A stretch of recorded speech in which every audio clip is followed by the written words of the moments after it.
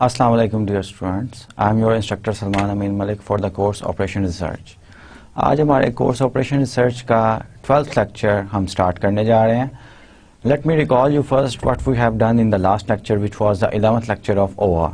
11th lecture में हमने sensitivity analysis bye graphical method जो है वो स्टडी किया था. सेंसिटिविटी एनालिसिस जो कि बड़ा इंपॉर्टेंट टॉपिक है OR का, or especially it deals with the LP problems. Not only in LP problems but sensitivity analysis can be done for the other type of problems जो कि so far हमने discuss नहीं किए OR के course में. हमने सिर्फ LP problems, linear program models जो हैं वो ही डिस्कस किए हैं. अब ये sensitivity analysis जो था इसके भी काफ़ी different parameters. In fact, what is sensitivity analysis?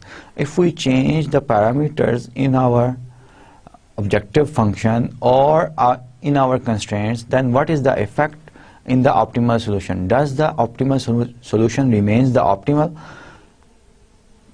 और हम conditions range निकालते थे. feasibility range हमने define की थी. feasibility range जो थी वो sources की allowable variation थी जो कि आपके objective function को better result देती थी, optimal result देती थी. Within that range, feasibility range वो थी resources की allocation, कि availability के resources की availability कितनी है. ठीक है. फिर हमने objective function में जो revenue है उसके coefficients जो हैं उसको भी change करके उसकी भी एक range निकालना सीखी थी graphically कि किस तरह हम निकाल सकते हैं so that our solution or objective value जो है that remains optimal. So we have find out the ranges, what we call the feasibility range and optimality range, such that we change the availability of the resources and the coefficients in the objective function so that by that change our जो है objective function remains optimal. The solution of the OR problem remains optimal. ये हमने graphically कुछ examples की थी, कुछ terminologies define की थी. For example unit worth of one resource. What is it? This is if you increase the resource one या any resource by one unit, so what is the effect on the objective function value? That is known as the unit worth per unit of a certain particular resource. और इसका हमने OR की terminology में जो इसका नाम था वो डुअल प्राइस रखा था. लास्ट लेक्चर में ये सारी टर्मिनोलॉजीज जो हैं हमने डिफाइन की थी और स्टडी भी किए थे डिफरेंट प्रॉब्लम्स. आज के लेक्चर में हमने क्या करना है कि हर LP प्रॉब्लम के अकॉर्डिंगली हमने सिंप्लेक्स टेबलू से भी ऑप्टिमल सोल्यूशन तक पहुंचने का और एल्गोरिदम जो है वो स्टडी किया हुआ है. आज हमने ये सेंसिटिविटी एनालिसिस करना है लेकिन हम ऑप्टिमल टेबलू पे ही करेंगे. इसका मतलब है we are generalizing our concept of sensitivity analysis to the number of decision variable where you can have 4, 10, 20 decision variables. Graphically तो आप सिर्फ डिसीजन वेरिएबल्स जो हैं वो 2 वाले कर सकते हैं ना, ग्राफ उनके ही बना सकते हैं और देख सकते हैं कि फिजिबल रीजन क्या है और ऑप्टिमल सॉल्यूशन क्या है, so on and so fourth. लेकिन आज के लेक्चर में जो प्रीवियस 11th लेक्चर में हमने सेंसिटिविटी एनालिसिस किया था और रेंज निकाली थी, feasibility ranges and optimality ranges, आज के लेक्चर में हमने फिजिबिलिटी रेंजेस यानी कि रिसोर्सेज की वो range, minimum value and maximum value, so that our solution remains optimal and feasible. Optimal and feasible ये स्पेसिफिकली मैं जो है अपना बोल रहा हूं कि ऑप्टिमल सॉल्यूशन होना चाहिए और फिजिबल होना चाहिए. ठीक है. तो आज के लेक्चर में हमने, जैसे मैंने पहले भी बताया, कि स्टडी करना है कि सिंप्लेक्स टेबलू में हम क्या क्या कंप्यूटेशंस, क्या स्टेप्स कर सकते हैं for finding out the dual prices. Dual price पता चलेगी तभी तो हम जो है फिर रेंजेस भी निकाल सकेंगे रिसोर्सेज की. ये पहला काम आज के लेक्चर में हम करेंगे. So let's start our lecture and see what we have in today's lecture. Today is the 12th lecture of OR. अब फर्स्ट स्लाइड पे मैंने लिखा हुआ है algebraic sensitivity analysis changes in the right hand side. Example है, एक नई example जो है मैंने कंसिडर किया है, so that we have to model also, हमें मॉडल भी जो है वो करना पड़ेगा. एग्जाम्पल क्या है कि आपका टॉय को एक कंपनी है which assembles three types of toy को assembles three types of toys. The first one is train, the second one is trucks, and the third one are the cars. Using three operations, the daily limits on the availability time for the three operations are 430 hours, 460 hours, and 420 hours. Availability of तीन operations आपको construct करने पड़ते हैं इसके लिए, ठीक है. Cars, trains, trucks and cars को प्रोड्यूस करने के लिए, और these are the toys of course. The daily limits on the availability times for three operations are, these are the three operation. अब नेक्स्ट हमें बताया जाएगा कि अगर ट्रेन कंस्ट्रक्ट करनी है तो ऑपरेशन 1 में वो कितना टाइम लेती है, ऑपरेशन 2 पे कितना टाइम लेती है, ऑपरेशन 3 पे कितना टाइम लेती है. तभी हम जो है OR मॉडल, मैथमेटिकल मॉडल जो है वो कंस्ट्रक्ट कर सकेंगे. अब respectively, and the revenue per unit toy train, revenue per unit toy train is $3 for train, $2 for a truck and $5 for a car respectively. Respectively का मतलब मैंने आपको पहले भी बताया हुआ कि क्या होता है. द असेंबली टाइम्स पर train at the three operations 1, 3 and 1. इसका मतलब है ऑपरेशन 1 जो है, ऑपरेशन 1 में अगर ट्रेन एक बनानी है तो उसको ऑपरेशन 1 के लिए 1 आवर जो है वो चाहिए होता है. ऑपरेशन 2 के लिए 3 आवर वहाँ पे ट्रेन अगर बनानी है तो 3 आवर का असेंबलिंग जो है वो करनी पड़ेगी, 3 आवर लगेंगे. ऑपरेशन 3 के लिए अगर ट्रेन आप बना रहे हैं तो 1 आवर असेंबलिंग जो है वो operation 3, whatever that operation are, उसके लिए ट्रेन बनाने के लिए इतना जो है टाइम आपका लगेगा. द कोरस्पॉन्डिंग टाइम्स पर ट्रक एंड पर कार आर 204. इसका मतलब है ऑपरेशन 1 के लिए, ट्रक के लिए असेंबलिंग ऑपरेशन 1 में जो भी काम हो रहा है उसके लिए 2 आवर्स चाहिए. ऑपरेशन 2 में ट्रक के लिए कुछ नहीं चाहिए, ठीक है, 0 है. ऑपरेशन 3 जो भी हमने इंस्टॉल किया हुआ है उसमें 4 hours, if we are going to make one truck, then 4 hours will take in operations 3. assemble करने के लिए whatever 4 hours जो है ये लेगा. Similarly, अगर मैं एक कार प्रोड्यूस करता हूँ तो ऑपरेशन 1 में इसको 1 hour लगता है असेंबलिंग के लिए, ऑपरेशन 2 में इसको 2 hours लगते हैं, ऑपरेशन 3 में इसको कोई नहीं लगता. ऑपरेशन 3 में कार्स जो हैं वो जाती ही नहीं है, ठीक है. A zero time indicates that the operation is not used. अब ये जीरो टाइम जो है ये बता भी दिया मैंने आपको, पहले भी फिजिक्स बता दी है कि ऑपरेशन इज नॉट यूज्ड. तो हमारा ऑफ कोर्स ऑब्जेक्टिव क्या है कि हम मैक्सिमाइज करें अपने ये जो हमें प्रॉफिट मिल रहा है, रेवेन्यू जो जनरेट हो रहा है, इसको मैक्सिमाइज करें. तो हम कह देते हैं कि late x1 be the number of trains produced,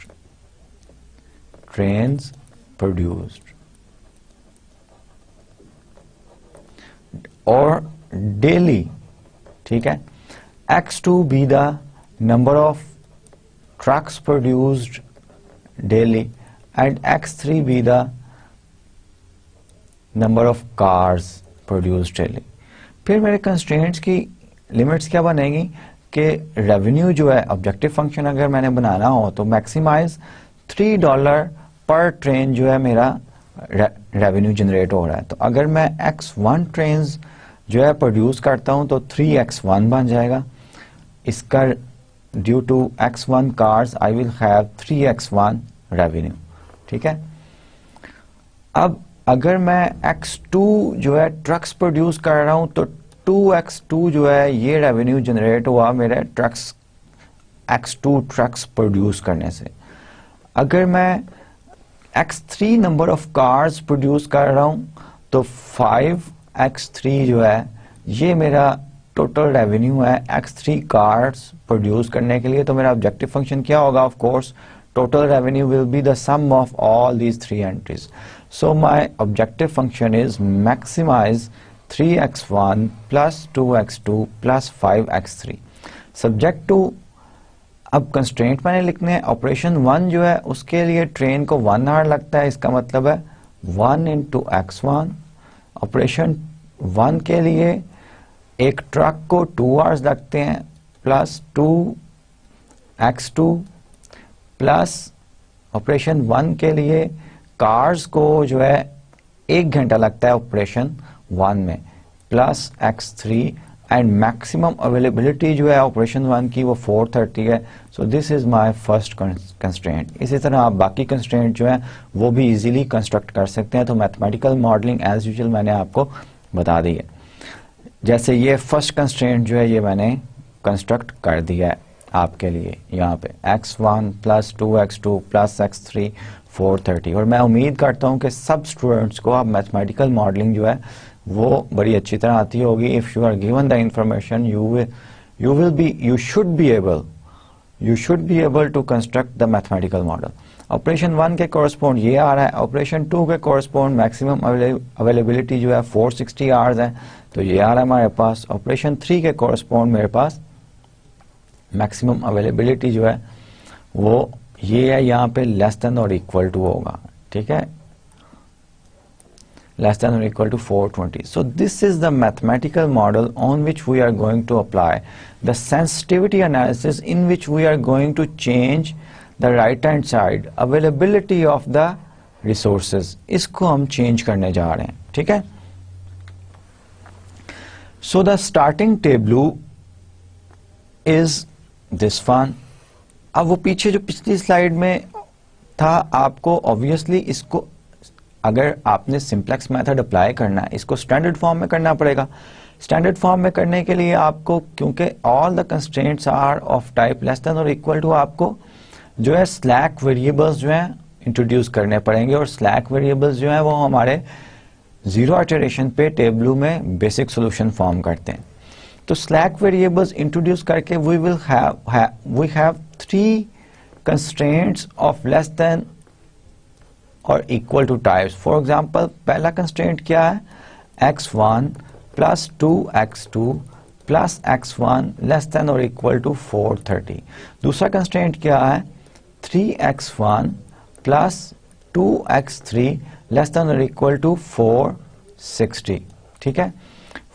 third constraint हमारा क्या था, ओरिजिनल मैथमेटिकल मॉडल जो कि पिछली स्लाइड में है, वो हमारा था x1 plus 4x2 less than और इक्वल टू 420। अब इनको इक्वेशंस में ट्रांसफॉर्म करने के लिए मुझे यहाँ पे x4 स्लैक वेरिएबल ऐड करना पड़ेगा, यहाँ पे x5 स्लैक वेरिएबल ऐड करना पड़ेगा और यहाँ पे x6 जो है ये ऐड करना पड़ेगा। And my these inequalities will be transformed into equations. ये इक्वेशंस में जो है बन जाएगी और मैं अपना सिंप्लेक्स टेबल जीरो इटरेशन पे जो है starting, in other words starting table जो है वो मेरा ये आ जाएगा। z के कोफिशिएंट्स, z पिछली स्लाइड में दिया गया था 3x1 plus 2x2 plus 5x3। इसको स्टैंडर्ड फॉर्म में करेंगे, z minus 3x1 minus 2x2 minus 5x3 equal 0।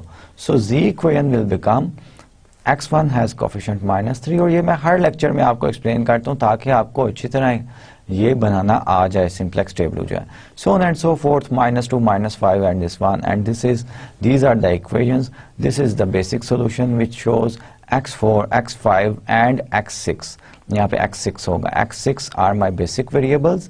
अब बेसिक वेरिएबल्स सबसे पहले मैंने आपको कहा हुआ है कि यू हैव टू चेक के बेसिक वेरिएबल्स का कोफिशिएंट जो है ऑब्जेक्टिव फंक्शन में वो 0 0 होना चाहिए, otherwise my solution is what we call my table is inconsistent. Last 3-4 lectures में मैं बार बार ये रिपीट करता हूँ, बड़ा इंपॉर्टेंट पॉइंट है। अब इसका मतलब ये हुआ है the optimal table is this one. इसका अब यहाँ से क्योंकि मैक्सिमाइज हम कर रहे हैं, मोस्ट नेगेटिव नंबर जो है -5 है, तो फर्स्ट इटरेशन में हमेशा आपको बताता होता हूँ एंटिंग वेरिएबल ये होगा ताकि आपको पता चल जाए।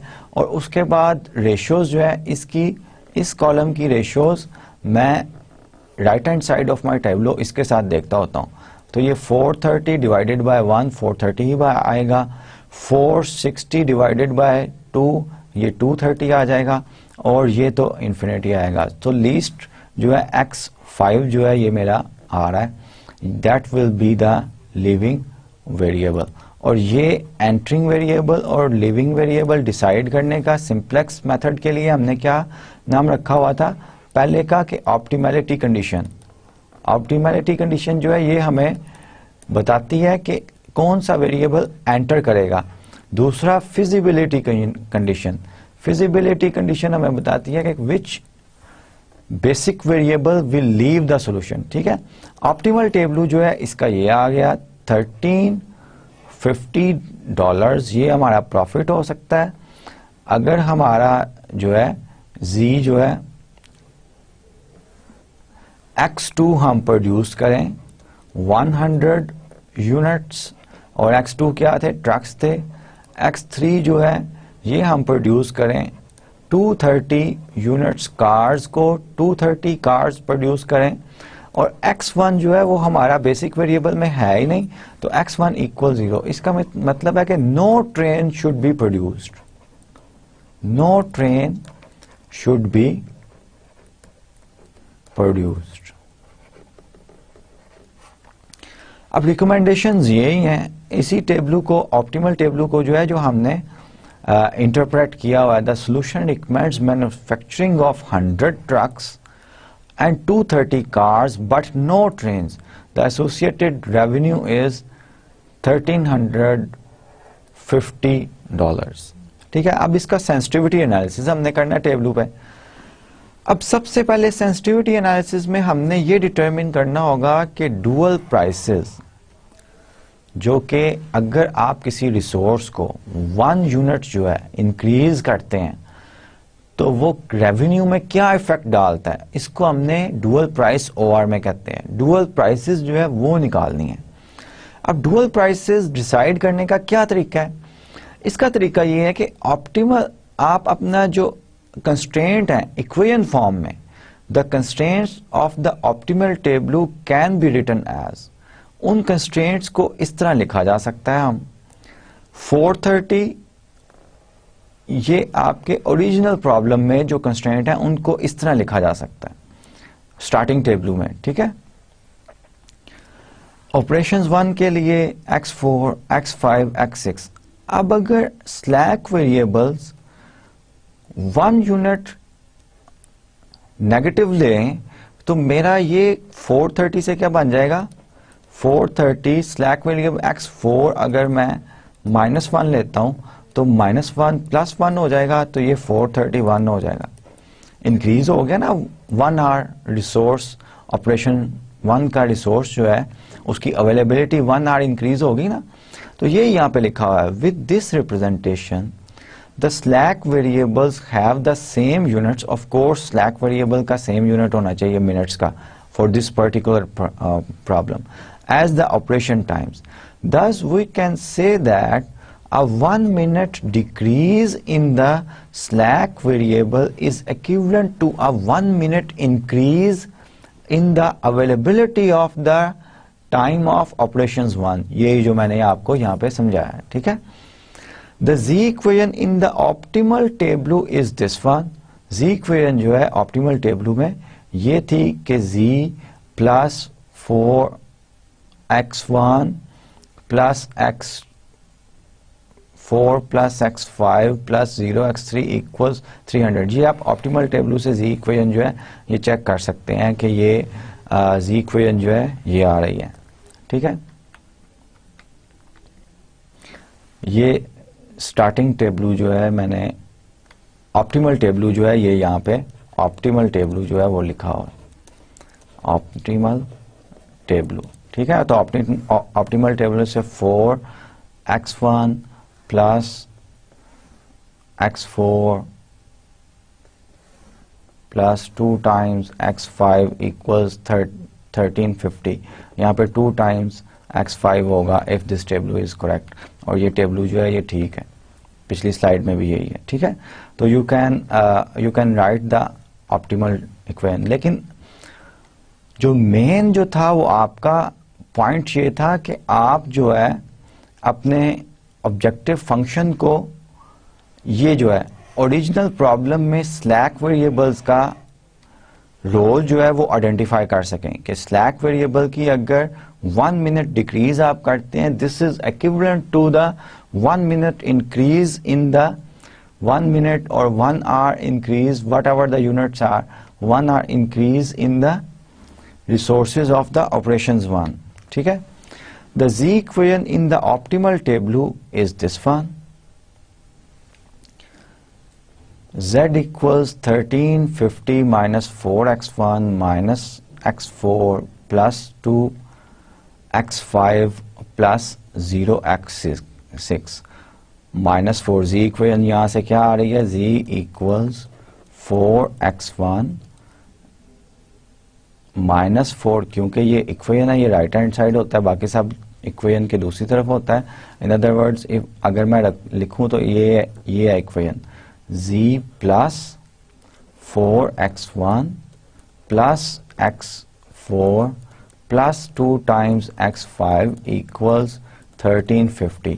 अब इसको अगर z एक तरफ में रहने दूं, बाकी सब वेरिएबल्स जो है वो दूसरी तरफ ले जाऊं, तो it will become minus x4 minus 2x5 and plus 1350. यही जो है ये नेक्स्ट स्लाइड में ये यहाँ पे लिखा हुआ है. ठीक है, ऑप्टिमल टेबल से. अब इस z इक्वेशन को हम फर्दर इन्वेस्टिगेट करते हैं. किस तरह इन्वेस्टिगेट करना है कि z can be written as 1350 minus 4x1. ठीक है, प्लस क्योंकि हमने स्लैक वेरिएबल्स की इंफॉर्मेशन जो है वो मैंने यहाँ पे लिखी हुई है एक खास वे में. किस तरह? प्लस माइनस कोफिशिएंट था स्लैक वेरिएबल का, तो 1 times increase in operation 1 in time.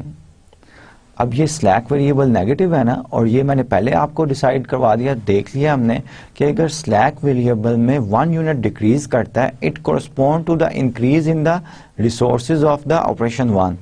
ठीक है, तो ये कोफिशिएंट जो है ये बता रहा है कि अगर increase in operation 1 in time किया जाए तो उसका कंट्रीब्यूशन जो है रेवेन्यू में वो $1 है. ठीक है, अब 2 इंटू माइनस x5 जो है ये स्लैक वेरिएबल किसके कोरस्पॉन्ड था? ऑपरेशन 2 के. x6 जो है ये स्लैक वेरिएबल किस कंस्ट्रेंट के कोरस्पॉन्ड था? ऑपरेशन 3 के. और मेरा जो x4 स्लैक वेरिएबल था ये ऑपरेशन 1 के एसोसिएट स्लैक वेरिएबल था. तो decrease in 1 unit of x4 slack variable in fact is the increase in the availability of the operation 1. ये हमने डिसाइड किया, ये यहां पे लिखा increase in operation 1 in time minus x4. ठीक है, इंक्रीज इन, और अगर x4 1 यूनिट है तो वो 1 यूनिट इंक्रीज करेगा. अगर x4 यूनिट्स हैं तो x4 could be any integer, और 2 3 4, तो ये माइनस 7 लगा हुआ है, that will become -2 -3 and -4 respectively. तो ये सेकंड x5 स्लैक वेरिएबल मेरा ऑपरेशन 2 से एसोसिएटेड था. So increase in operation 2 in time, ये मेरा क्या बन रहा है? -x5 in fact increase in operation 2 in time. Similarly -x6 क्या है? Increase in operation 3 in time. अब इसके साथ जो ये ऑब्जेक्टिव फंक्शन है ना, रेवेन्यू हमारा है, इसके साथ जो कोफिशिएंट्स लगे हुए हैं, अगर ये 1 यूनिट इंक्रीज किया जाए तो ये रेवेन्यू में इतना कंट्रीब्यूट कर रहे हैं. इसी को हमने क्या कहते थे? यूनिट वर्थ कहते थे रिसोर्स की, यहाँ पे डुअल प्राइस कहते थे. डुअल प्राइस लास्ट लेक्चर में यही हमने किया था कि एक रिसोर्स की अवेलेबिलिटी को 1 यूनिट अगर इंक्रीज किया जाए तो उसकी वर्थ क्या है? Worth of 1 unit of a resource, उसको हमने नाम दिया था डुअल प्राइस का. ठीक है, तो dual price of operation 1 is $1, dual price of operation 2 is $2, and dual price of operation 3 is $0. अब जितनी ज्यादा डुअल प्राइस किसी ऑपरेशन की है उतना वो ज्यादा कंट्रीब्यूट करता है रेवेन्यू में या प्रॉफिट में. अब 1 minute, this equation reveals that a 1 minute increase in operation 1 time increases Z by $1. A 1 minute increase in operation 2 time increases Z by $2. And a 1 minute increase in operation 3 time does not change Z. और ये sense भी बना रहा है क्योंकि optimal solution में trains जो था, ट्रेन्स हमने किया था कि trains we should not produce the train. अभी वो हमें पता भी चलेगा कि किस तरह हमें वो इंफॉर्मेशन वैलिड भी हो रही है. अब रिसोर्स ये है, ये मैंने टेबल में ये जो इंफॉर्मेशन अभी मैंने आपको सिखाई है गैदर करनी from the optimal objective function of optimal table, वो मैंने यहाँ इस टेबल में समराइज की हुई है. Resource operation 1, slack variable corresponding slack variable operation 1 के x4, operation 2 slack variable x5, operation 3 x6. यही मैंने आपको बताया था, यहाँ पे लिखे भी हुए हैं. अब z इक्विवेलेंट कोएफिशिएंट क्या है? x4 का 1 है, x5 का 2 है और x3 का 0 है. तो डुअल प्राइस हमेशा यही होगी जो कि कोएफिशिएंट्स हैं. $1 पर मिनट. पर minute increase of the operation 1 will increase the revenue of the company tricho company by $1. The 1 minute or 1 unit increase in the operation 2 will increase the revenue of the Trico company by $2, and operation 3 का आप increase कर दें revenue में कोई effect नहीं कर रहा. ठीक है, तो जाहिर बात है लॉजिकल क्या है कि हम ऑपरेशन 3 को इंक्रीज करने से अवॉइड करेंगे क्योंकि ये हमारे लिए रेवेन्यू ही जनरेट नहीं कर रहा. तो ये तो डुअल प्राइसेस हमने निकाल ली. अब सेकंड स्टेप क्या था? सेकंड स्टेप ये है कि हम रेंज निकालें, फिजिबिलिटी रेंज, जिसका लास्ट लेक्चर में हमने डिस्कस किया था. अब वो फिजिबिलिटी रेंज किस तरह निकालनी है ये जरा सीखते हैं. ये टेबल वंस अगेन मैंने, क्योंकि इसी टेबल से मैंने कुछ इंफॉर्मेशन कलेक्ट करनी होगी. The zero dual price of operation 3 means that there is no economic advantage in allocating more production time to this operation. The result makes sense because the resource is already abundant. Results जो है sense भी बनाते हैं. As is evident by the fact that the slack variable associated with operation 3 is positive. अब optimal table आप देखें, optimal table में slack variable x6 जो है वो basic solution में है ऑप्टिमल टेबल में. और ये मैंने आपको पहले डिसाइड किया हुआ है कि ऑप्टिमल टेबल में अगर कोई स्लैक वेरिएबल हो, इसका मतलब है कोरस्पॉन्डिंग टू दैट जिस स्लैक वेरिएबल जिस कंस्ट्रेंट में है. इन अदर वर्ड्स, जो स्लैक वेरिएबल जिस कंस्ट्रेंट के साथ एसोसिएटेड है वो जो है स्लैक वेरिएबल, वो रिसोर्स जो है बहुत ज्यादा एबंडेंट है, वो कंज्यूम ही नहीं हो रहा. ठीक है, तो ऑप्टिमल टेबल से हमने स्लैक वेरिएबल x6 की वैल्यू जो है वो 20 आ रहा है in the optimal solution. As for each of operations 1 and 2, a 1 minute increase will improve revenue by $1 and $2 respectively. So the dual prices also indicate that the availability of the operation 2 should be increased if possible. क्योंकि इसका 1 unit availability अगर हम increase करते हैं तो हमें $2 revenue generate हो रहा है, विच इज ग्रेटर देन 2 जो है वो 1 से भी बड़ा है, 2 जो है वो 0 से भी बड़ा है. एक ऑपरेशन की 1 यूनिट इंक्रीज करते हैं तो $1 जो है वो हमारा रेवेन्यू जनरेट होता है. मशीन 2 का $2 होता है, मशीन ऑपरेशन 3 का 0, कोई इफेक्ट ही नहीं पड़ता. The dual prices also indicate that when allocating additional resources, operation 2 may be given higher priority because its dual price is twice as much as of the operation 1, 2 times है। अब जो मैंने आपको पहले कहा था कि डिटर्मिनेशन हमने करना है फिजिबिलिटी रेंजेस की, कि कौन सी रेंज है रिसोर्स ऑपरेशन 1 की मिनिमम वैल्यू क्या है और मैक्सिमम वैल्यू क्या है। मिनिमम वैल्यू क्या है और मैक्सिमम वैल्यू क्या है कि हमारा सोल्यूशन जो है वो ऑप्टिमल भी रहे और सेकंड फिजिबल भी रहे for all the values lying in this minimum and maximum value for operation 1। Similarly operation 2 के लिए भी और ऑपरेशन 3 के लिए भी। The feasibility ranges in which they remain valid are to be determined। तो हम क्या करते हैं, हम सपोज कर लेते हैं let D1, D2 and D3 be the changes positive or negative in the daily manufacturing time allocated to operations 1, 2 and 3। अब D1, D2, D3 हमने असाइन कर दिए हैं, these D1, D2, D3 की ही हमने मैक्सिमम और मिनिमम वैल्यू जो है वो निकालनी है। लेकिन हम ये डिसाइड कर लेते हैं कि ये कोई पॉजिटिव भी हो सकता है number D1, D2, D3, negative भी हो सकता है, और इसकी रेंज ही हमने निकालनी है कि किस रेंज के लिए हमारा सोल्यूशन जो है optimal as well as feasible रहता है। The model can be written as, अब मॉडल जो है इंक्रीज या डिक्रीज हम कर रहे हैं रिसोर्सेज में, तो मॉडल जो है हमारा कंस्ट्रेंट ओरिजिनल जो है प्रॉब्लम वो इस तरह लिखा जा सकता है। अब इसको फिर मैं इक्वेशन फॉर्म में लिख के टेबलू बनाऊंगा और उस पर सिंप्लेक्स एल्गोरिथम जो है अप्लाई करूंगा।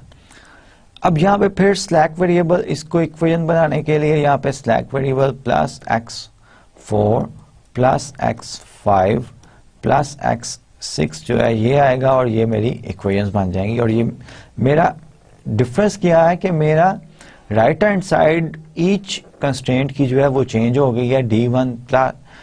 D1, D2, D3 मैंने ऐड कर दिया इन ऑपरेशंस में, ऑपरेशंस की जो अवेलेबिलिटी थी। The procedure is based on recomputing the optimum simplex tableau with modified right hand side, सिर्फ मॉडिफाई हुई है राइट हैंड साइड। अब इसका स्टार्टिंग टेबलू जो है एंड देन, और उसके बाद हम क्या करेंगे, then driving the conditions that will kept or keep the solution feasible, that is the right hand side of the optimum tableau remains non-negative। यानी कि राइट हैंड साइड जो है ये ग्रेटर देन 0 रहना चाहिए, 0 होएगा ग्रेटर देन 0, लेकिन optimal tableau, ये तो स्टार्टिंग टेबलू लिखा हुआ है, ऑप्टिमम टेबलू में राइट हैंड साइड जो है इसको हम ग्रेटर देन 0 रखेंगे। तो इसका ऑप्टिमम टेबलू जो है वो मैंने एक खास शेप में जो है ना कंस्ट्रक्ट किया हुआ है। वो किस शेप में कंस्ट्रक्ट किया हुआ है कि z इक्वेशन के कोफिशिएंट तो वो ही हैं सेम, सिर्फ ये क्या है कि D1, D2, D3 भी मैंने ऐड कर दिया विद 0 कोफिशिएंट्स। अब D1, D2, D3 जो है ये मैंने राइट हैंड साइड के दूसरी तरफ लिखा हुआ है। अब आप नोटिस करें कि ये जो D1, D2, D3 के नीचे जो कॉलम्स हैं एग्जैक्टली सेम कॉलम्स हैं जो मेरे स्लैक वेरिएबल्स के कॉलम्स हैं।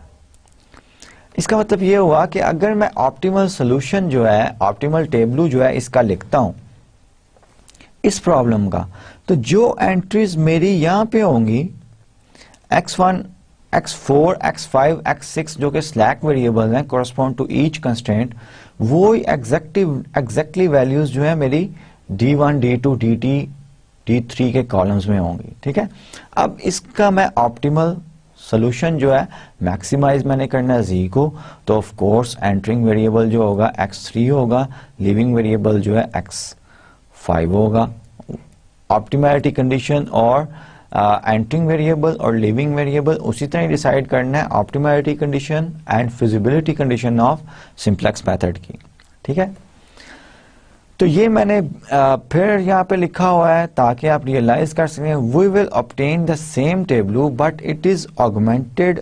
ऑगमेंटेड का मतलब होता है कि we have added something, D1 D2 D3 add किया हमने, and the columns of slack variables and D1 D2 D3 are identical to their corresponding slacks. अब क्या इसका मतलब है कि X4 ऑपरेशन 1 का स्लैक था, स्लैक वेरिएबल था। ऑपरेशन 1 में हमने रिसोर्स में ऐड क्या किया था, D1 किया था। तो X4 के नीचे जो कॉलम होगा एग्जैक्टली वही कॉलम D1 में होगा, ये मैंने आपको पहले भी बताया। अब X5 ऑपरेशन 2 के कोरस्पॉन्ड था और D2 जो है वो ऑपरेशन 2 के कोरस्पॉन्ड है, so and so fourth D3। Optimum table जो है वो ये है, हमारा जो प्रॉफिट है, रेवेन्यू जो जनरेट हो रहा है वो $1350 सेम है, एवरीथिंग इज सेम, लेकिन D1 D2 की कॉलम्स जो है वो देखिए एग्जैक्टली सेम है, जो कि X4 का सेम कॉलम है एज D1 का, 1 1/2 0 -2, X5 का सेम 2 -1/4 1/2 1, और X6 का 0 0 0 1, D3 का भी 0 0 0 1 है। और ये लॉजिक भी, मैथमेटिकली लॉजिक भी, क्योंकि ये सेम मैट्रिक्स है, ये क्या मैट्रिक्स है, ये वाला जो है 3x3 मैट्रिक्स, आइडेंटिटी मैट्रिक्स है ये, ठीक है, और ये भी आइडेंटिटी मैट्रिक्स है। और जब हम सिंप्लेक्स जो है एल्गोरिदम अप्लाई करते हैं तो वो क्या करता है, रो ऑपरेशंस करता है, इसका मतलब है जो भी रो ऑपरेशंस करें थे वैल्यूज सेम ही आएंगी, ठीक है। अब इसको देयर आर 2 डिफरेंट वेज। पहला वे तो ये है कि D1 D2 D3 का साइमल्टेनियसली चेंजेस जो है उनको स्टडी किया जाए। दूसरा वे ये है कि कोई से 2 को 0 किया जाए और एक में चेंजेस को स्टडी किया जाए। दोनों वेज से मैं आपके साथ डिस्कस करूंगा, लेकिन आपको जो भी इजी लगे उसको आप अडॉप्ट करके फिजिबिलिटी रेंजेस जो हैं वो निकाल सकते हैं। ऑप्टिमल टेबल है ये हमारा, किस प्रॉब्लम का, मॉडिफाइड प्रॉब्लम का। इनफैक्ट जब आपको एग्जाम में क्वेश्चन पूछा जाएगा तो आप सिंप्लेक्स का ही टेबल बनाएंगे ओरिजिनल प्रॉब्लम के लिए, और उसमें ऐड कर देंगे D1 D2 D3, और D1 D2 D3 के कॉलम्स जो हैं वो उसी तरह के कॉलम्स होंगे जिनके स्लैक वेरिएबल्स के जो कॉलम्स हैं, ठीक है। लेकिन आपने ऑर्डर प्लीज याद रखना है कि अगर X4 स्लैक वेरिएबल ऑपरेशन 1 है तो ये कॉलम आपने D1 के which is associated with the operation 1 slack variables, उसी के नीचे वो कॉलम लिखना है, ठीक है। फिर ये ऑप्टिमल टेबल आ गया। The new optimal table provide the following optimal solution. उसका ऑप्टिमल सोल्यूशन जो है वो ये आता है, Z इक्वल्स बेसिक वेरिएबल्स के कोफिशिएंट्स जो है X2 X3 X4 के 0 होना चाहिए। Z equals 1350 plus D1 plus 2 times D2, ठीक है। और X1 हमारा 0 है, इसलिए मैंने, क्योंकि ट्रेन हमने कोई प्रोड्यूस नहीं करनी, X1 इक्वल 0 है, तो वो 4 × 0 जो है वो 0 हमारा आ जाएगा, ठीक है। क्योंकि बेसिक वेरिएबल्स के अलावा नॉन बेसिक वेरिएबल्स जितने भी होते हैं उन तमाम की वैल्यूज क्या होती हैं, 0 0 0 होती हैं। ये तो बहुत पहले हमने पढ़ा था। तो X1 की वैल्यू 0 है, X2 X3 X6 बेसिक है, X2 X3 X6, तो X4 की भी वैल्यू 0 है, X5 की भी वैल्यू 0 है, और these variables are known as non basic variables, ठीक है। तो Z मेरा ये बन रहा है। X2 मेरा इक्वेशन क्या बन रही है, X2 इक्वल्स 100 प्लस 1/2 D1। क्योंकि ये इक्वेशन किस तरह बन रही है, किस तरह मैंने ये इक्वेशन लिखी है, let me explain the Z equation.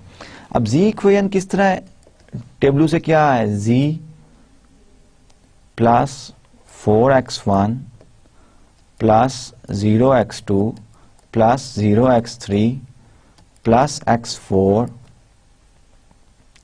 Plus 2x5 minus d1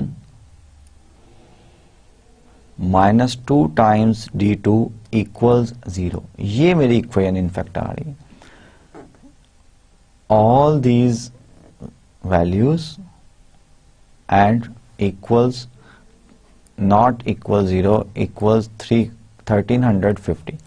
अब ये बेसिक वेरिएबल्स की वैल्यूज जो हैं वो आप डाल दें और नॉन बेसिक वेरिएबल्स की वैल्यूज डाल दें, जो कि x1 0 है, x4 0 है, x5 0 है, तो आपका z क्या आ गया 1350 प्लस d1 प्लस 2 d2, ये आ गया। सिमिलरली x2 इक्वेशन से आपके पास x2 क्या आएगा, x2 equals 100 right hand side 100 plus 1/2 times, और ये आप नोटिस करें कि z इक्वल्स 1300, ये इनका सम है 1300 plus 1 times d1 plus 2 times d2। तो x2 इक्वेशन क्या आएगी, x2 equals 100 plus 1/2 d1 minus 1/2 d2। x3 equation क्या आएगी, x3 इक्वेशन आएगी 230 प्लस 0 d1 प्लस 1/2 d2, और d3 भी जो है वो 0 d3 प्लस, अगर आप लिखना चाहते हैं for understanding, plus 0 d3। x6 equation क्या आएगी 20 plus minus 2 d1 plus d2 plus d3। ठीक है, ये इक्वेशंस मैंने इस तरह लिखी हुई हैं। अब इन इक्वेशन से as shown earlier the new z value confirms that the dual prices, अब ये d1 के साथ जो कोफिशिएंट्स हैं प्लस इसको मैं लिख सकता हूं 0 d3, ये जो कोफिशिएंट्स आपके आ रहे हैं d1 d2 और d3 के साथ, these are the dual prices of the operation 1, क्योंकि d1 ऑपरेशन 1 से एसोसिएटेड है, d2 ऑपरेशन 2 से एसोसिएटेड है और d3 ऑपरेशन 3 से एसोसिएटेड है। तो इनके साथ जो कोफिशिएंट्स हैं ऑब्जेक्टिव फंक्शन वैल्यू में, जो कि ऑप्टिमल टेबल से मैंने लिखा है, उसके जो कोफिशिएंट्स हैं वो क्या फॉर्म कर रहे हैं, डुअल प्राइस वैल्यू की इंफॉर्मेशन बुने। The new z value confirms that the dual prices of operations 1, 2 and 3 are 1, 2 and 0 respectively, जैसे मैंने अभी एक्सप्लेन किया। Apply the feasibility conditions to obtain the following। अब solution to be feasible होने के लिए ये भी x4 greater than equal to 0 होना चाहिए, ये भी greater than equal to 0 होना चाहिए, ये भी। तो ये condition apply करने से I have 3 inequalities। अब inequalities को मैं सॉल्व करने की कोशिश करूंगा। Any simultaneous changes d1, d2, d3 that satisfies these inequalities will keep the solutions feasible. All values of d1, d2, d3 for which these inequalities are hold for all the ranges of d1, d2, ठीक है, तो वो जो है वो ही हमने निकालना था। तो ये हमने क्या किया कि पहले सबसे पहले ये ऑब्जर्व कर लिया कि all the values of d1, d2, d3 for which these inequalities satisfied, then we have the feasible solution, क्योंकि फिजिबिलिटी की कंडीशन हमने अप्लाई की हुई है। सपोज कर लें, suppose that the manufacturing time available for operations 1, 2 and 3 are this one. अब hit and trial से हम फॉर द टाइम बिंग कर रहे हैं, 480 कर देते हैं manufacturing time available for operations 1, 440 कर देते हैं ऑपरेशन 2 के लिए एंड 410 कर देते हैं ऑपरेशन 3 के लिए। तो हमारा d1, d2, d3 की वैल्यू क्या होगी, जो हमने इंक्रीज किया है माइनस द ओल्ड वैल्यू। तो ये d1 इंक्रीज आ जाएगा ना, d1 फॉर एग्जांपल ये आ जाएगा, और d1 किसके इक्वल होगा, 480 तक हम ले गए हैं, पहले उसकी कैपेसिटी क्या थी, अवेलेबिलिटी क्या थी, 430, तो इंक्रीज कितना आ गया, 50 यूनिट्स का इंक्रीज आ गया। D2 इसी तरह कैलकुलेट किया, वो 50 होगा, एंड D3 कैलकुलेट किया, वो इनफैक्ट डिक्रीज हुआ by taking these values as changes in the resources which are the operations 1, 2 and 3 in this particular example. अब x2 हमने इन वैल्यूज d1, d2, d3 के लिए चेक करना है कि x2, x3, x6 की पॉजिटिविटी जो है, नॉन नेगेटिविटी जो है वो प्रिजर्व रहती है कि नहीं। x2 को चेक किया, वैल्यूज लगाई d1, d2 की इस एक्सप्रेशन में, तो हमारे पास 130 आता है, जो कि मुझे बता रहा है पॉजिटिव नंबर है, फिजिबल सोल्यूशन है। x3 किया 230, ये फिजिबल सोल्यूशन। x6 जो है ये नेगेटिव आ जाता है, ये infeasible. So complete my solution by these changes is infeasible, क्योंकि one of the basic variable is less than 0 which shows the infeasibility. Hence the solution is infeasible. अब एक हमने हिट एंड ट्रायल से किया, उसके लिए इनफिजिबल आ गया, फिर दूसरा हम एक और लेंगे। Alternatively, if the changes in the resources are such that D1 equals -30, D2 equals -12 and D3 equals 10, then I again calculate with such value of D1, D2, D3. तो आप ये देखें कि इनफैक्ट चेंज, हमारा रिसोर्स चेंज कितना हो रहा है। D1 की अवेलेबिलिटी थी 430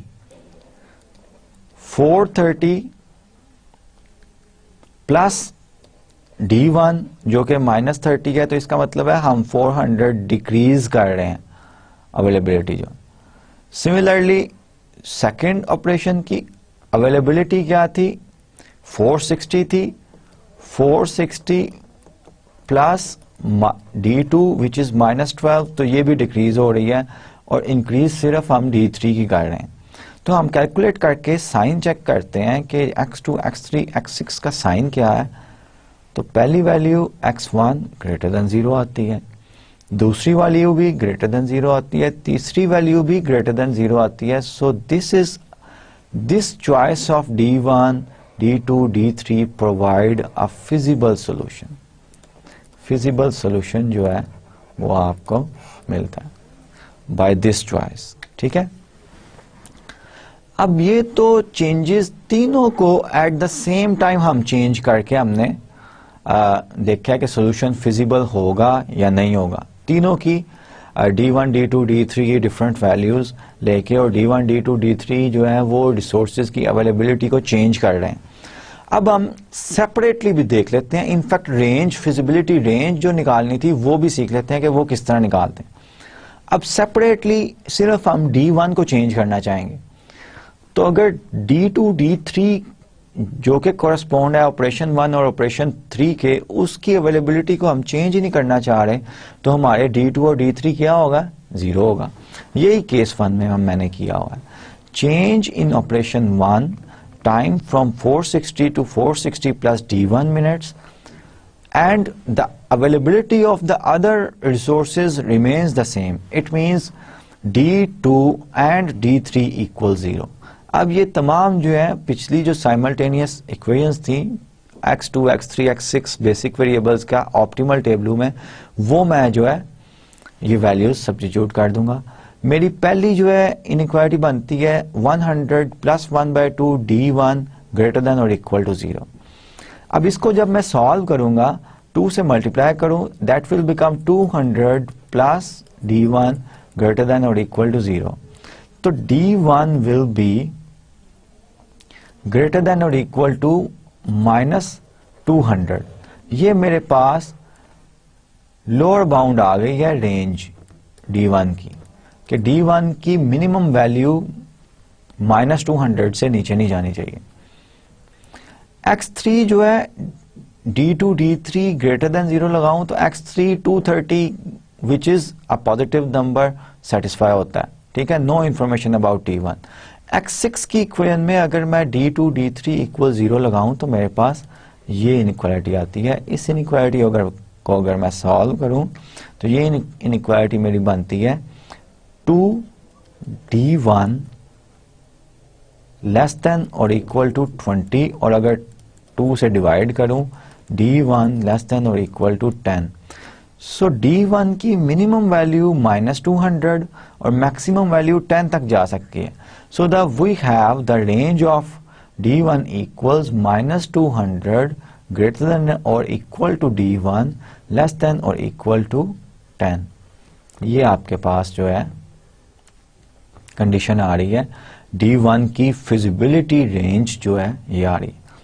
अब इसी तरह चेंज जो है ऑपरेशन 2 में आप करें, केस 2 मैंने बनाया हुआ है, और चेंज अगर अवेलेबिलिटी रिसोर्सेज की ऑपरेशन 2 के कॉरस्पॉन्ड जो रिसोर्स है उसको हम चेंज करने जा रहे हैं। बाकी जो है 1 एंड 3 जो अवेलेबिलिटी है उसको नहीं टच करने जा रहे, तो इसका मतलब है कि d1 d3 जो है वो 0 होगा। अब इन इक्वेशंस में d1 d3 जो है वो सब्स्टिट्यूट कर दें, वी हैव दीज इनइक्वालिटीज। इसको सॉल्व करें तो d2 less than equal to 400 आता है। इसको सॉल्व करें d2 greater than equal to -460 आता है, और 6 स्लैक वेरिएबल 6 के कॉरस्पॉन्ड अगर सॉल्व करें तो d2 less than equal to -20 आता है। अब रियल लाइन में फिजिबिलिटी रेंज निकालने के लिए -460 जो है यहाँ पे कहीं होगा, और -20 जो है वो यहाँ पे कहीं होगा। तो बड़ा नंबर जो है वो -20 है ना, तो अगर d2 जो है वो -20 से बड़ा हो तो -460 से भी बड़ा होगा, ऑटोमेटिकली 2 हो जाएगा। ठीक है, so I will ignore this one and I will take this lower bound, क्योंकि ये कंडीशन जो है ये ऑटोमेटिकली अगर d2 की ऐसी वैल्यू है जो कि ये इनइक्वालिटी को सेटिस्फाई करता है। For example d2 equals -10, -20 less than equal to -10 होता है ना, तो -10 जो है वो बड़ा होगा, ऑब्वियसली बड़ा होगा -460 से। If this inequality is true, this inequality automatically satisfied, so I will take this one as a lower bound or minimum value for d2। अब d2 की ये -20 less than equal to d2 ये आ गया, और maximum value जो है d2 should be less than और equal to 400, तो मेरी इनइक्वालिटी ये आ गई। ये d2 d1 जो है ये रेंजेस आ रही हैं d1 d2। आपको पता है कि याद रखिएगा कि हमने टोटल अवेलेबिलिटी फॉर एग्जांपल 430 अगर ऑपरेशन 1 किया उसमें d1 ऐड किया था, तो अल्टीमेटली फिजिबिलिटी रेंजेस निकालने के लिए हम इस d1 में जो total availability at the start of the problem हमें दी गई थी वो हम ऐड करेंगे, फिर फिजिबिलिटी रेंजेस आएंगी। ये तो रेंजेस अभी आप निकाल रहे हैं d1 d2 की। ठीक है, सिमिलरली d3 की निकालने के लिए आप क्या करेंगे, आप d1 d2 को इक्वल 0 करेंगे and you will see what are the equations giving you the information. ये मुझे दे रहे हैं x2 equals 100 which is greater than or equal to 0. This is true. In fact it is only greater than equal 0 के हो नहीं सकता, ये भी greater than 0 है। और x6 से मेरे पास d3 आ रहा है 20 plus d3 greater than or equal to 0, which says that which has solution d3 should be greater than or equal to -20। अब d3 जो है उसकी सिर्फ लोअर बाउंड आ रही है, अपर बाउंड इसका मतलब है कि I can increase d3 as I want, तो this is the range of d3। अब फिजिबिलिटी रेंजेस निकालने के लिए हम क्या करेंगे, जो अवेलेबिलिटी रिसोर्सेज की कॉरस्पॉन्डिंग रिसोर्सेज की है वो इनइक्वालिटीज में ऐड कर देंगे, तो हमारे पास अवेलेबिलिटी आ जाएगी। अब ये मैंने टेबल में जो है ना, एक टेबल में आइडेंटिफाई किया हुआ है, रिसोर्स ऑपरेशन 1 का resource, operation 2 resource, operation 3 resources, dual price 1 2 and this, feasibility of d1 d2 d3 ये हमने निकाल ली। ठीक है, मिनिमम वैल्यू ये मैं किस तरह निकाल रहा हूं, करंट वैल्यू जो मुझे ऑप्टिमल टेबल में दी गई है, इस 430 को अगर मैंने रेंज निकाल लिया मिनिमम और मैक्सिमम, इस पूरी इनइक्वालिटी में d1 जो रेंज मैंने निकाली है इसमें ऐड कर दें, it will become 430 minus 200 less than or equal to 430 plus D1 less than or equal to 430 plus 10। तो ये इस तरह फिजिबिलिटी रेंजेस जो हैं वो आ रही हैं मेरे पास। तो फिजिबिलिटी रेंज 430 माइनस 200 क्या आता है? 230। So 230 is the minimum value for operation 1 and 440 is the maximum value, यानी कि इसका स्पैन जो है the solution will remains optimal as well as feasible within this range. ठीक है, अब जो है अब आप इसी तरह ऑपरेशन 2 की निकाल लें तो मिनिमम वैल्यू 440 आती है और मैक्सिमम वैल्यू 860 आती है। ऑपरेशन 3 की मिनिमम वैल्यू 400 आती है और मैक्सिमम इन्फिनिटी आती है, और ये शो भी कर रहा है कि आपका ऑब्जेक्टिव फंक्शन में कोई रेवेन्यू में कोई चेंज नहीं आएगा, जितना मर्जी आप इंक्रीज कर लें। ठीक है, रिमार्क लिखा हुआ है मैंने, it is important to notice that the dual prices will remain applicable for any simultaneous changes that keep the solution feasible even if the ranges violate the individual ranges. ये बड़ा इंपॉर्टेंट रिमार्क है। Example से इसको मैं explain करने की कोशिश करता हूँ, क्योंकि हमारे पास टाइम भी कम है और थोड़ा मुश्किल भी है ये वैसे समझाना। The changes D1 equals 30, D2 equals -12 and D3 equals 100। सबसे पहले चेक करें कि ये D1, D2, D3 की वैल्यूज जो हैं ये इन रेंजेस में ही आ रही हैं। D1, D2, D3 की, D1 की तो 30 ये आउट ऑफ द रेंज हो गई, D2 इक्वल्स -12 ये तो विद इन रेंज है, D3 इक्वल्स 100 ये भी विद इन रेंज है। D1 जो है सिर्फ वो वायलेट हो रही है। ठीक है, out of the feasibility range जा रही है। Will keep the solution feasible. अब आप पिछली जो इक्वेशंस थी ये जो है इसमें ये वैल्यूज डालें तो हमारा सब जो है सोल्यूशन फिजिबल सोल्यूशन आ रहा है। We are having feasible solution, लेकिन ये फिजिबिलिटी रेंज में नहीं है। इसका मतलब ये हुआ है कि हमें फिजिबिलिटी रेंज जो है उसके अलावा भी ऐसे पॉइंट्स मिल सकते हैं, ऐसे सॉल्यूशन मिल सकते हैं जो कि फिजिबिलिटी कंडीशन को और ऑप्टिमैलिटी कंडीशन को सेटिस्फाई कर रहे हों, but we have to do some other computations to find out कि किस डायरेक्शन में जो है ऑप्टिमल सॉल्यूशन बेटर आ रहा है।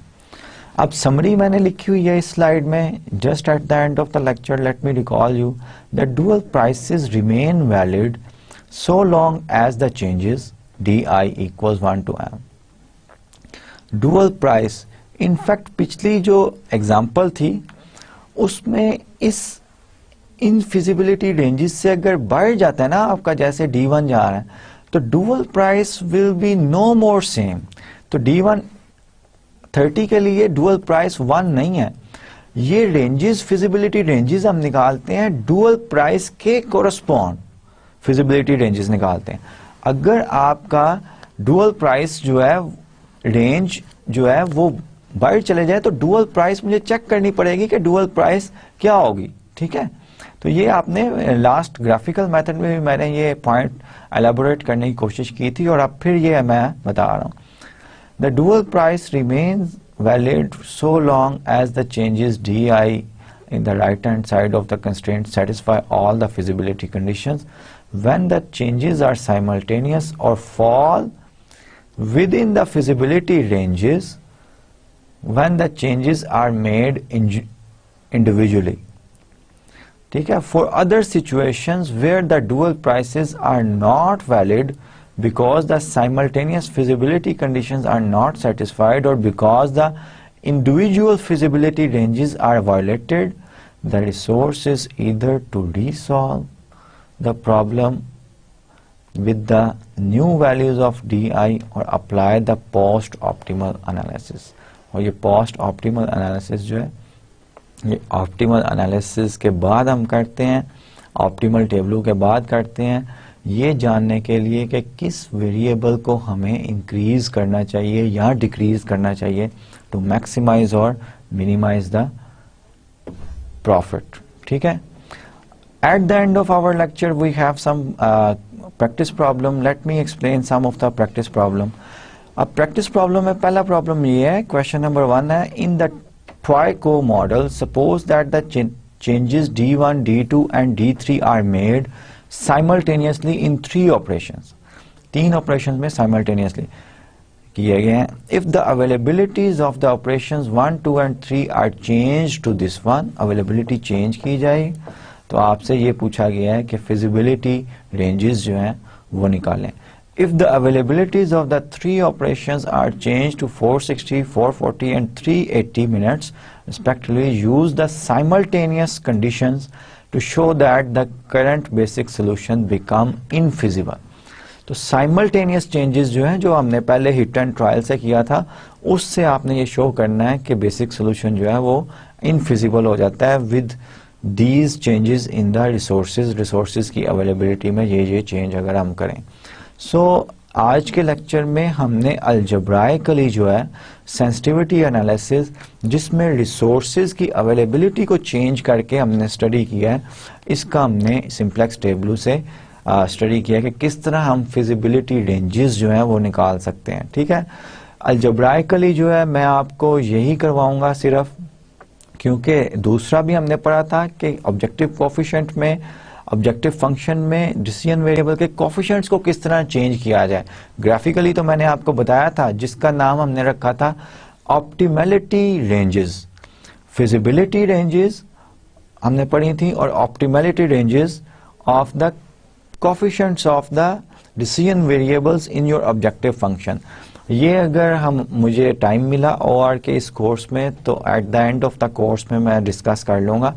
अदरवाइज मैं जो है यही जो आज हमने अलजेब्राइकली जो है वो स्टडी की है, sensitivity analysis of changes of resources availability, इसी तक की मैं स्टॉप करूँगा. ठीक है. If we have time in our 32 lecture course of OR, then I will also discuss with you the algebraic operations correspond to the optimality feasibility. जो optimality जो है feasibility, जिसमें coefficients z equation के coefficients हम change करते हैं, decision variables के coefficients जो हैं, जो कि graphically हमने last lecture में देखा था कि slope of the objective line जो है उसको change करते हैं. ठीक है. तो ये हम at the end of our course अगर टाइम मिला तो स्टडी करेंगे. अब मुझे इजाज़त दीजिएगा. Till the next lecture. अल्लाह हाफ़िज़.